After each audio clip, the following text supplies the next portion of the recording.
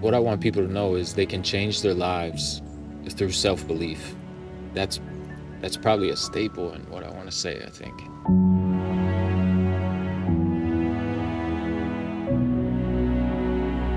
My name's Josh Holi, and I'm from Bethlehem, Pennsylvania. I lived here all my life, come from a single-parent home with my mother and older sister. I grew up with a very normal childhood. We lived on Section 8 housing, but we had what we needed. And it wasn't until I was 15 before I started getting involved in the street life. That eventually became my life for the next 5 and 6 years, where I was selling marijuana, cocaine, crack, guns, anything that I could to get money and to make money. And all that kind of came to a head for me on Christmas Eve of 2006. I got into an altercation with a man. It escalated very quickly and it resulted in me shooting him 2 times. I escaped the scene before the police got there. I went on the run as a fugitive for the next 13 months.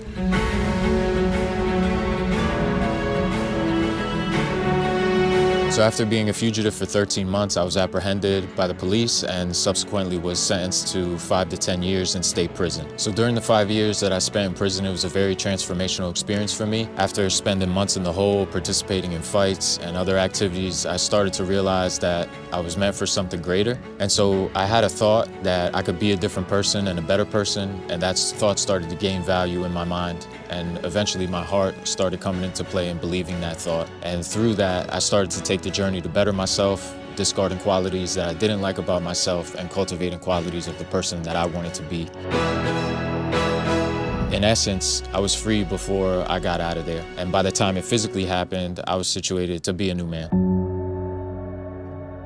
I came home from prison. I was taken to a local boxing gym, which helped me with my discipline, helped me stay busy, and I got a small job working as a forklift driver for a logistics company. And after a few years working in the warehouse, I started to move up in different positions there. Eventually, I had an idea that I can design an app to save the company some money.